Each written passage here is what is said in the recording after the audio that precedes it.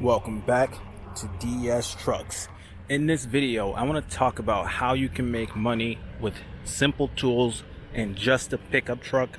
We've done this a number of times on the channel already, and I'll link those videos down below. And it's an ongoing thing that we talk about, how to make money with just a basic truck. So if you know anybody that is in need of this information, share this video with them if this can help them out. Maybe they're not making enough money or not making the kind of money that they want to make at their current job. Maybe they're trying to raise a family and just can't make ends meet and need to figure something else out on the side. Or, maybe it's a young kid who's just getting started and looking to get involved with some kind of business or some kind of side hustle or whatever. But I want to talk about how you can make a little bit of money with just a basic pickup truck. This is not the perfect setup. Obviously, this is something that, because I'm on YouTube, I make videos, I have something a little bit nicer just for my channel, but not necessarily needed. This is not really needed. This is a Lariat F150, but you can make this work with an old truck. Preferably, you want to make this work with an old truck. I had a 2004 F150 that I used quite a bit. We actually just sold that truck, but if you type into YouTube search old green, it should come up. It's an old green F150. It was the perfect setup. It was an 8-foot bed, regular cab truck. Now, really, for this kind of stuff, that is the perfect setup. A regular cab, long bed. The longer the bed, the better. So if you are thinking about this and don't have a truck yet, go for a long bed truck. Now, the beauty of what I'm going to tell you is this requires very little startup money, and it has a very low entry of barrier of entry, so anybody could pretty much start doing it. Yet a lot of people don't do this, and what I'm going to talk about is trimming bushes and just taking care of like basic trimming. Now, there's a lot of things that you can learn, different plants and things like that in your area that you can research online, but generally speaking, as long as you practice a little bit, you'll probably have to take a few hits here and there, learning. It's going to be a learning curve, trimming, because once you start trimming bushes, it's not going to just be a free-for-all. It will take some skill, but the skill can come to you pretty quickly. So, like I said, the beauty is low barrier of entry and low cost of entry. So what I'm showing you guys, this stuff is expensive. It's some of the top-of-the-line stuff. This backpack blower is like gonna cost like $600 out the door. We've got a $550 hedge trimmer right here that's longer, it's articulating, it can give you a good reach. We've got a steel hedge trimmer right here. This one's probably gonna be like $500. So you might be thinking, that's a lot of money, I don't have that kind of money. Well, the thing is, for what it costs, you're looking at maybe $1,500 to $2,000 worth of equipment right here. For what this costs, there's also a Milwaukee articulating hedge trimmer right here, long one, extension pole. For what this stuff costs, for what it can make, it is pretty good. Now, compare this to like mowing lawns. Now, to mow lawns, it can get expensive real fast. You can get into $10,000 for one piece of equipment, whereas this is all less than $5,000. This is probably around like less than $2,500. And there's other things that we could have put in our truck, whatever, a ladder or something like that to reach up higher. But you could get started with a setup like this for less than $2,500. But you could also start off slower and buy some cheaper stuff in the start. This Milwaukee articulating trimmer you could probably get for $350, and you could get a couple Milwaukee handheld blowers, be under $1,000 to start, and have something to get you started. Now, as things go, you could get more and more, but this is a very low cost compared to what you can make.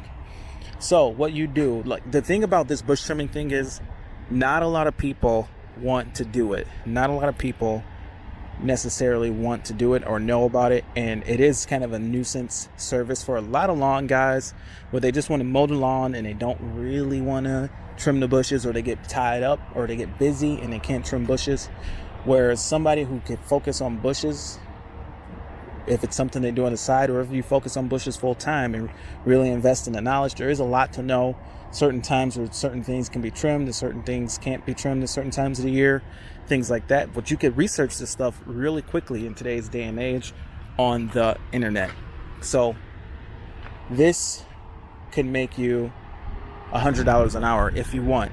So what essentially you can do is, well, essentially what I do is I estimate the time that it's going to take me to do it, and I try to get as close as I can, and I offer the client a price based on how long it's going to take me for how much I want to charge per hour. And with that, you can generally charge as much per hour. Now, the one thing you don't want to do is tell the client, unless they specifically kind of pry and ask and figure out how you come up with your pricing. If they try to call you out and say, well, how did you even come up with your pricing? Most of the time they don't. I've never had anyone ask me how I came up with the price. But essentially what I do is I estimate how long it's going to take me, and I charge per hour. So depending on how easy or how difficult the job is going to be, I might charge anywhere from $40 an hour to $75 an hour to $100 an hour, depending on how much do I want to do this job. Is it going to be something that's going to be quick and easy in and out, or is it going to be something that's really difficult and really drawn out? Now, it's really going to be by feel, and it's not an exact science, but you start, after doing a couple of jobs, you start to understand how much you can do and what you should be charging. So as long as you're within reason, you'll be able to sell some jobs. And if you go way out of the park with pricing, you won't sell anything. And if you're going way too low with pricing, you'll be selling too much and you'll be overwhelmed. So you want to be somewhere in the middle, and you want to just kind of pay attention to how much you're selling. If you're selling everything, then maybe you're too cheap. And if you're not selling anything, it could be that you're too expensive and you need to dial back. So the beauty, like I said, anybody could do this. You could be without a job because of COVID, and you could take whatever you have at your house, whatever hedge trimmers you have at your house, even if you got to plug them into the customer's house. If it's plugged into the wall, you might have to do what you got to do. When I started, I was using Ryobi battery powered 40 volt. It was horrible.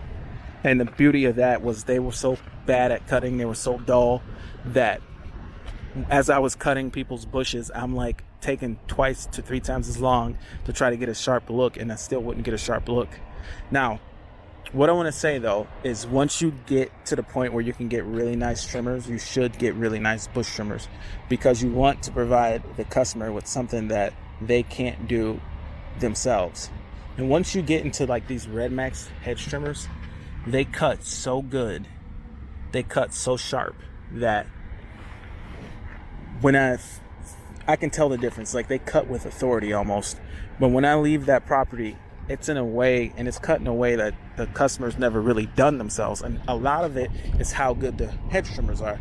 Yeah, the operator has to be just as good, but the hedge trimmers have to be sharp. Like, when these are sharp and they're running good, they cut better than the Milwaukees, they cut better than the Steels, but they're full professional. The Steel is professional as well, but for whatever reason, the Red Max cuts better. And you just want to get something that cuts really, really, really good.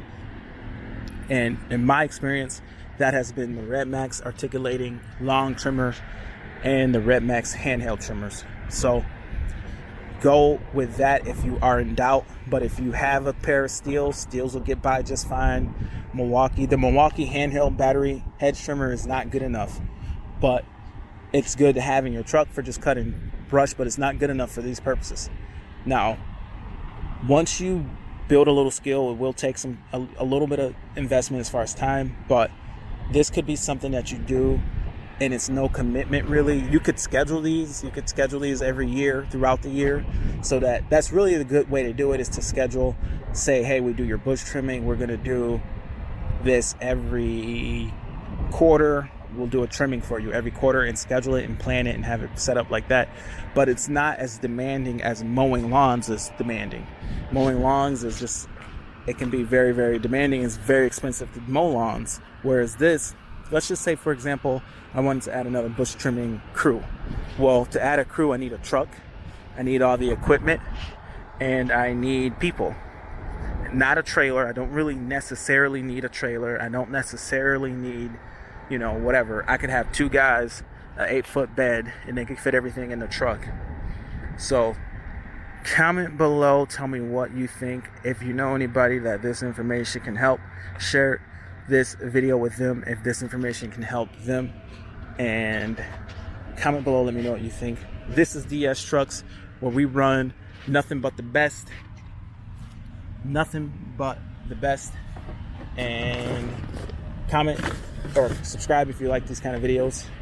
Check out Old Green on YouTube if you like to see what the perfect work truck would be. And thank you for watching. Have a great day, and see you in the next video. Over and out.